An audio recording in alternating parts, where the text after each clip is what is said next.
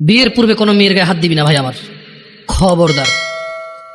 বিয়ের পূর্বে কোনো মেয়ের সাথে কথা বলবি না, খবরদার। তোর যোগ্যতা নেই ওর সাথে কথা বলার। তুই কে রে? বামন হয়ে চাঁদের দিকে হাত বাড়াবি না। আমার বোনরা চাঁদ। ওয়াল্লাহি যেদিন ইসলামী শাসন আসবে, যেদিন ইমাম মেহেদী আসবে, যেদিন ঈসা আলাইহিস সালাম আসবে, ওনার বন্ধের উপর যারা হাত দেবে উনি হাত কেটে ফেলবে। তুই বামন হয়ে চাঁদের দিকে হাত বাড়াইস। আমার বোনরা চাঁদ।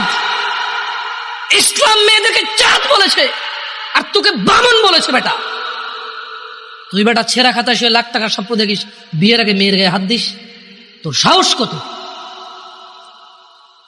তোর সাহস কত? তুই জানিস না মুহাম্মদ সাল্লাল্লাহু আলাইহি সাল্লাম বলছে নেক স্ত্রী দুনিয়াতে যা আছে ওর চেয়ে বেশি উত্তম। তুই কি করে ওর গায়ে হাত দিস বিয়ের আগে? তোর সেই যোগ্যতা আছে বল? তোকে আল্লাহ জাহান্নামে ফেলবে, তোকে আল্লাহ জ্বলন্ত আগুনে নিক্ষিপ্ত করবে, তোর শরীর পচবে, তোর শরীরের গন্ধে জাহান্নামীরা থাকতে পারবে না। তোকে আল্লাহ এত নিকৃষ্ট শাস্তি দেবে